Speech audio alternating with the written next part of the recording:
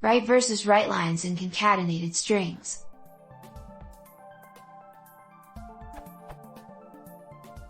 So I'm learning Python. I am going through the lessons and ran into a problem where I had to condense a great many target.write into a single write, while having a \n between each user input variable, the object of write. I came up with, if I try to do, I get an error, but if I type,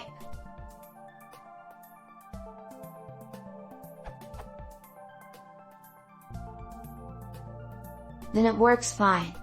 Why am I unable to use a string for a new line in write but I can use it in writelines? Python 2.7.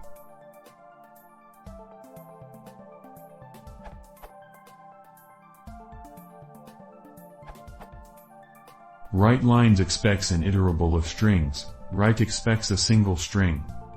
Line 1 plus \n plus line 2 merges those strings together into a single string before passing it to write.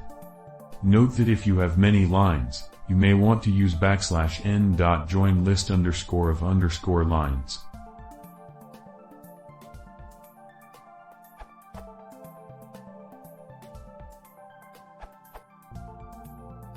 Why am I unable to use a string for a new line in write but I can use it in writelines? The idea is the following: if you want to write a single string, you can do this with write. If you have a sequence of strings, you can write them all using writelines. Write arg expects a string as argument and writes it to the file. If you provide a list of strings, it will raise an exception, by the way, show errors to us. Writelines arg expects an iterable as argument. An iterable object can be a tuple, a list, a string, or an iterator in the most general sense. Each item contained in the iterator is expected to be a string. A tuple of strings is what you provided, so things worked.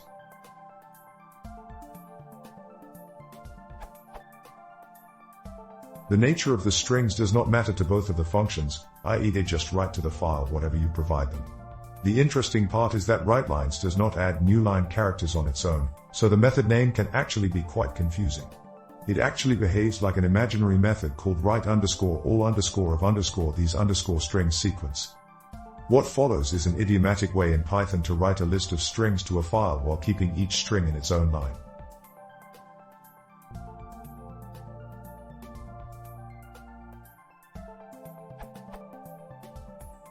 This takes care of closing the file for you. The construct \n.join lines connects the strings in the list lines and uses the character \n as glue. It is more efficient than using the plus operator. Starting from the same line sequence, ending up with the same output, but using writelines. This makes use of a generator expression and dynamically creates new line terminated strings. Writelines iterates over this sequence of strings and writes every item. Edit. Another point you should be aware of.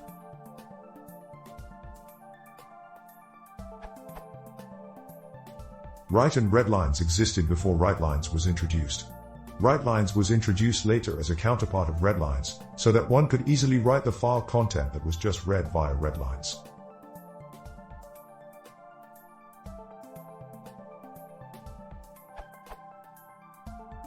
Really, this is the main reason why writelines has such a confusing name. Also, today, we do not really want to use this method anymore. Readlines reads the entire file to the memory of your machine before writelines starts to write the data. First of all, this may waste time. Why not start writing parts of data while reading other parts? But, most importantly, this approach can be very memory consuming. In an extreme scenario, where the input file is larger than the memory of your machine, this approach won't even work. The solution to this problem is to use iterators only. A working example.